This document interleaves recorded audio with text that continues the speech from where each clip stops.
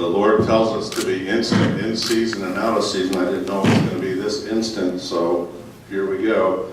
I had the privilege a couple months ago to go back to my boyhood home, Iowa, in Marshalltown, and to lay to rest the mother of my friend who was one of the last two men killed in Vietnam. It was a solemn occasion, but yet a happy occasion. But I've watched Ida over the years never complain. And what a great example she was to me. And so I honor her today.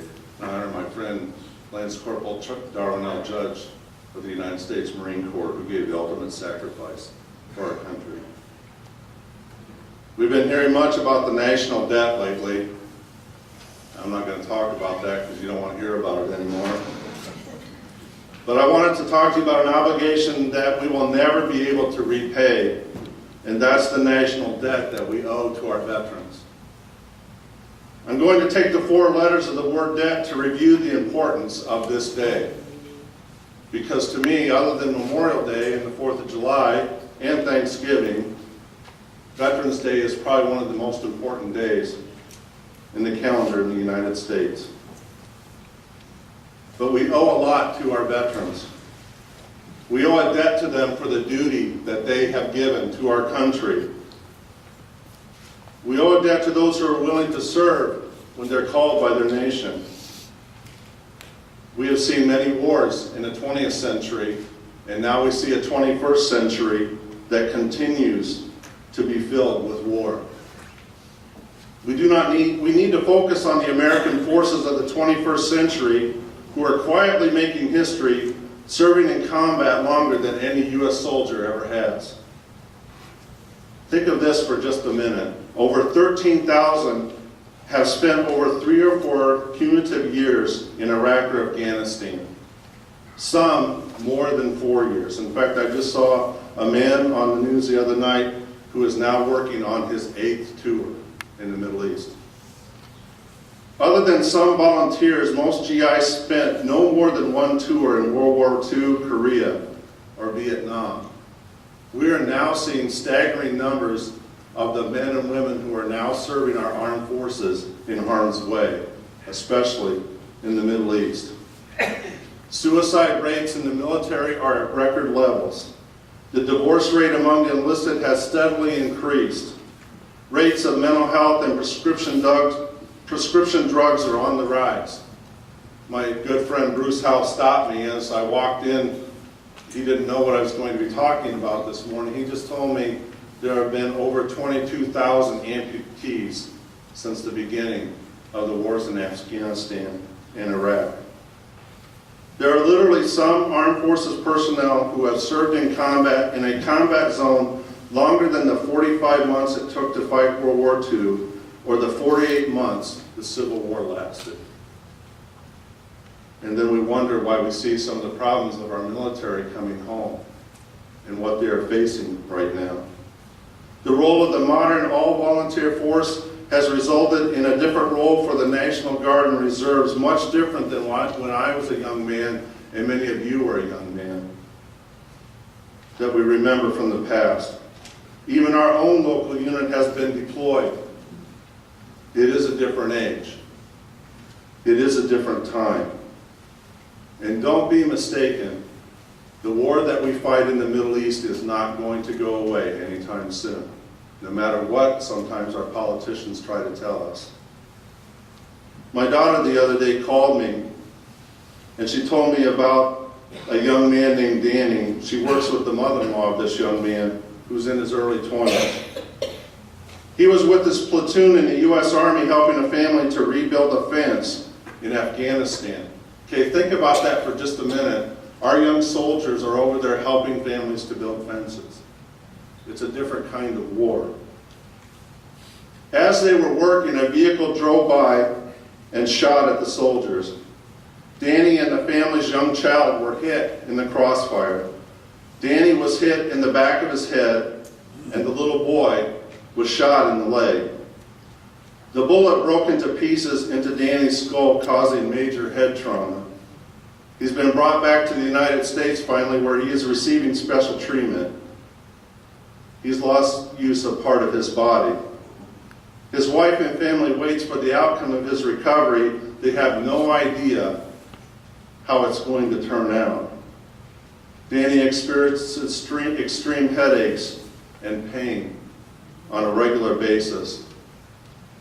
They have a young toddler son who tries to crawl up in his lap, and sometimes it's too painful for him to hold that son. Danny is just one example of the young Americans who have responded to the call of duty that we honor today, that we remember today. We need to do everything that we can to support, give strength, and to let our armed forces of this day know that they are the greatest fighting force in the world. They need economic, emotional, and educational support. We have done that for veterans in the past. Sometimes we have failed in some of those areas as well. But we need to do everything we can to support them. Military spouses have to endure career interruptions, frequent changes of address, all the disproportionate share of parental responsibilities. The children often have to endure changes in school, separation from friends, and hardest of all, the uncertainty of whether or not mom or dad will live through their next combat tour. And the interesting thing about this generation is they don't complain any more than any other past American generation. They go and do what their nation has called them to do. The challenge to the American Legion, the Veterans of Foreign Wars, AMVETS, and any other organization is that we all need to join together to serve our veterans and our families like we never have before. You can show your support by hiring a veteran in your workplace, visit a VA hospital, or donate to a veterans program.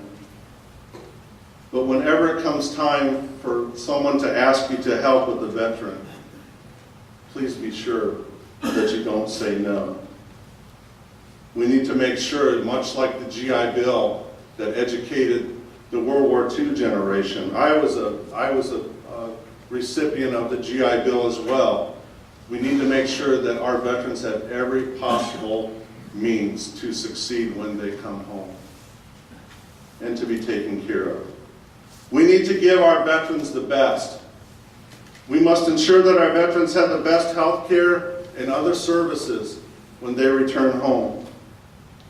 One alarming thing that is also happening in our nation is that homelessness is growing at a rapid rate in this generation of veterans because they feel that they are not a part of society anymore.